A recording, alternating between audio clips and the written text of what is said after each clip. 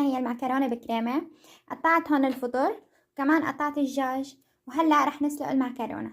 حبايبي هون سلقت المعكرونة، برشت الجبنة وقليت الفطر، وعندي هون الدجاج جاهز، رح نطبقهم فوق بعضهم. نضيف الدجاج وهلا رح نضيف الفطر، نضيف الكريمة، تمام، نضيف الكريمة، مية المعكرونة اللي سلقناها فيها شي كوبايتين هيك عليهم، في ناس بتحط حليب حسب الرغبة.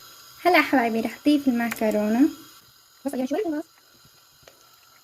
حبايبي بعد ما نغنغتها هيك كلها بالمرقة، شوفوا لي كيف وغرقت المعكرونة كلها، تمام. لسه عندي الجبنة رح ضيفها واشويها بالفرن. هلا حبايبي رح ضيف الجبنة على الوش.